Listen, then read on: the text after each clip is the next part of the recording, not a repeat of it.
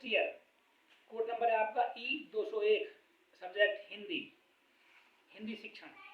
आज हम बता रहे हैं लघु उत्तरीय प्रश्न। लघु पहला प्रश्न है, भाषा का अर्थ बताइए तथा परिभाषा दीजिए।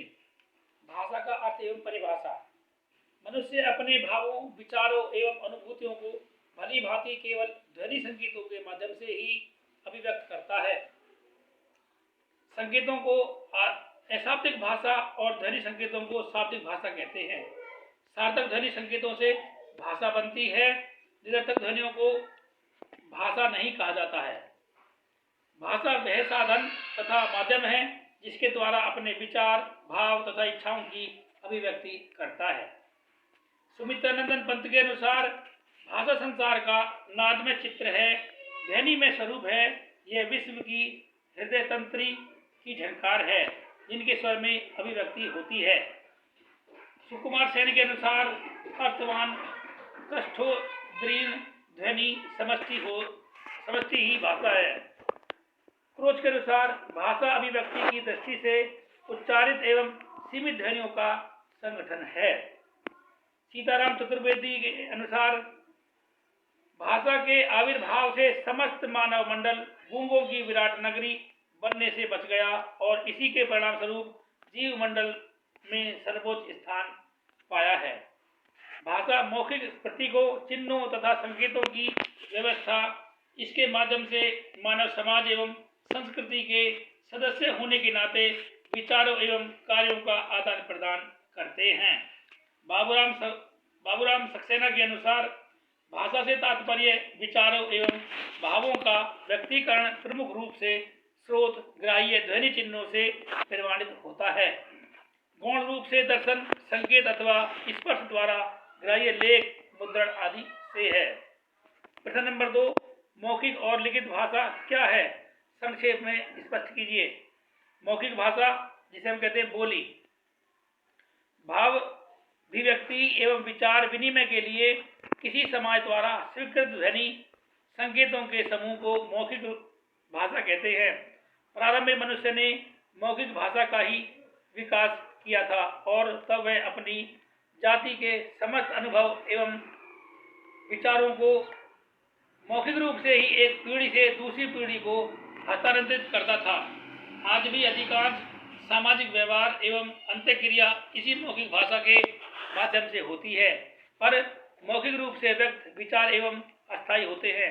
इसलिए कुछ व्यक्ति इसे अस्थायी भाषा की संज्ञा देते हैं, लेकिन इसको यह नाम देना उपयुक्त प्रतीत नहीं होता, क्योंकि प्राचीन काल से समस्त ज्ञान विज्ञान मौखिक भाषा के माध्यम से ही सुरक्षित रहा है और आधुनिक काल में भी उसे रिकॉर्डों और टेप रिकॉर्डों द्वारा सुरक्षित रखा जाता है। यहाँ यह बात अवश्य है कि इसे न तो पूर्ण रूप से सुरक्षित रखा जा सकता है और न सर्वव्यापक बनाया जा सकता है, और जब तक इसे पूर्ण रूप से सुरक्षित कर सर्वव्यापक नहीं बनाया जाता, जब तक मौखिक भाषा के द्वारा कोई भी प्रयोजन पूर्ण नहीं हो सकता है तथा मौखिक भाषा को स्थायी भाषा की मान्यता नहीं दी जा सकती है। लिखित भाषा के मौखिक रूप को सुरक्षित रखने एवं उसे व्यापकता प्रदान करने हेतु प्रत्येक सभ्य समाज ने अपनी अपनी भाषाओं के भिन्न भिन्न ध्वनि संकेतों के लिए भिन्न भिन्न चिन्ह निश्चित किए, जिन्हें आज लिपि कहा जाता है। लिपि का वरदान पाकर मौखिक भाषा ने लिखित भाषा का रूप प्राप्त किया है। किसी भी मानव समाज का इतिहास, उसके विचार, उसका ज्ञान विज्ञान एवं उसकी आकांक्षाएं सभी कुछ लिखित भाषा के माध्यम से ही सुरक्षित रहते हैं। अतएव इसी के माध्यम से हम अपने विचार एक स्थान से दूसरे स्थान तक पहुंचाते हैं। भाषा का यह रूप पूर्ण रूप से स्थायी रूप एवं व्यापक होता है। अतएव कुछ विद्वान इसे स्थायी भाषा की मान्यता प्रदान करते हैं। आज के वृहद एवं संश्लिष्ट समाज में लिखित भाषा का और भी अधिक महत्व है। भाषा सीखने की प्रक्रिया का संक्षेप में वर्णन कीजिए। प्रश्न नंबर 3, भाषा सीखने की प्रक्रिया। भाषा को अनुकरण द्वारा सीखा जाता है। नंबर 2, भाषा के सीखने में ध्वनि संकेतों को सुना तथा पहचाना जाता है। नंबर 3, भाषा को अभ्यास द्वारा सीखते हैं। नंबर 4, भाषा के सीखने में बोलने, लिखने, पढ़ने तथा सुनने की क्रियाएं करनी होती हैं। नंबर 5, भाषा सीखने में कौशलों का विकास किया जाता है और सीखने के बाद चयन की योग्यता विकसित की जाती है। नंबर 6, भाषा की शक्ति एवं क्षमताओं को विकास क्रमोत्तर होता है। भाषा के व्यवहारिक रूप, भाषा के व्यवहार के 2 रूप हैं।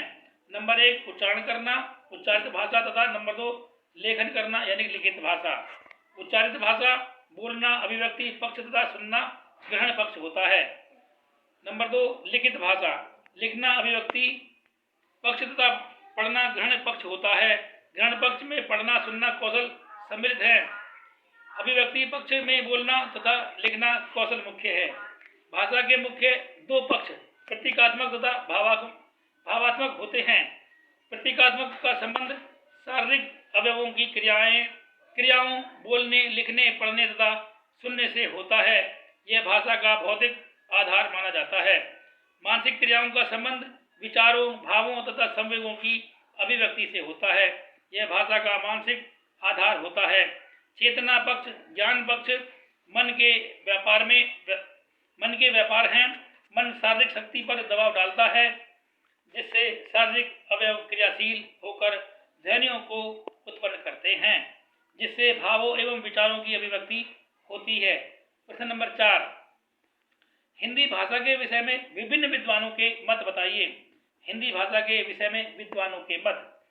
नंबर 1, कोठारी कमीशन के अनुसार हिंदी संघ की राजभाषा है और आशा है। कालांतर में वह देश की जनभाषा बन जाएगी। अंततोगत्वा भाषा पाठ्यचर्या में मातृभाषा के बाद इसका ही स्थान होगा।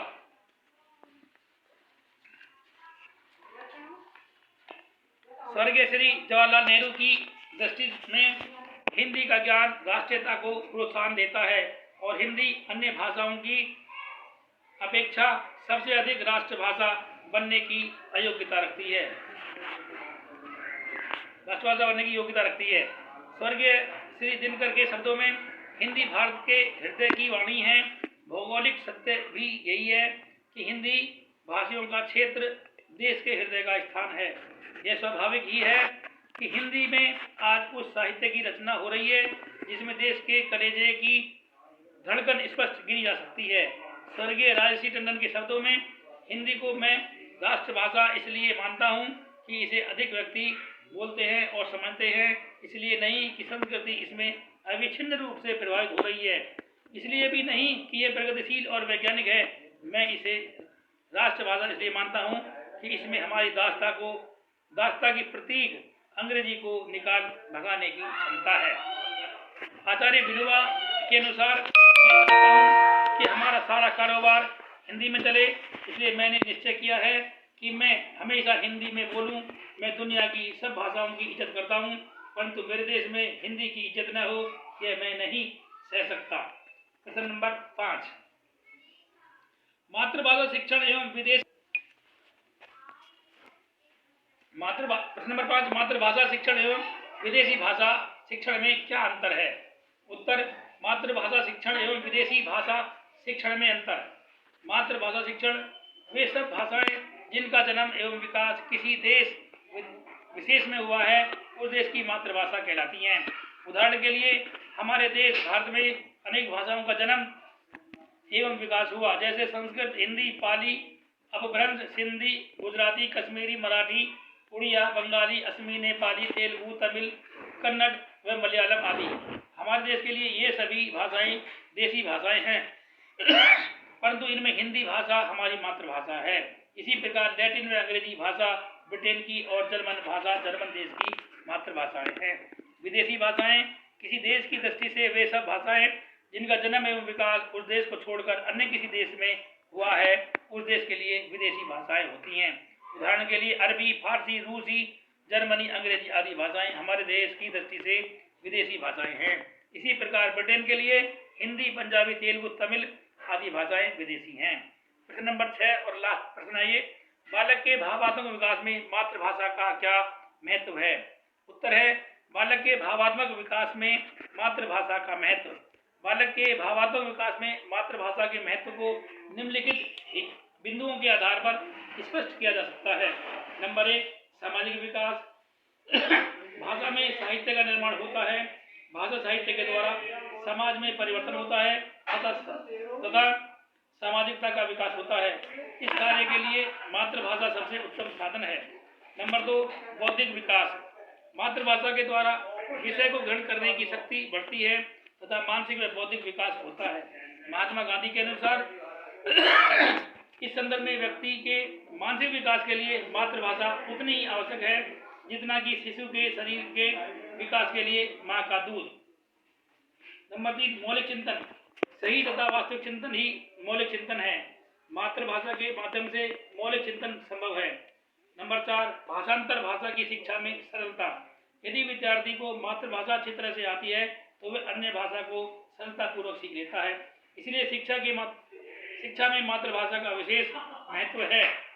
इससे ज्ञान स्थानांतरित हो जाता है। नंबर 5, उत्तम नागरिकता। मातृभाषा व्यक्ति में मानवीय जीवन को कला का ज्ञान कराती है। अपने घर तथा समाज के प्रति व्यवहार के साथ उत्तम नागरिकता के गुणों का विकास करती है। यह कार्य मातृभाषा द्वारा सफलतापूर्वक पूरा होता है।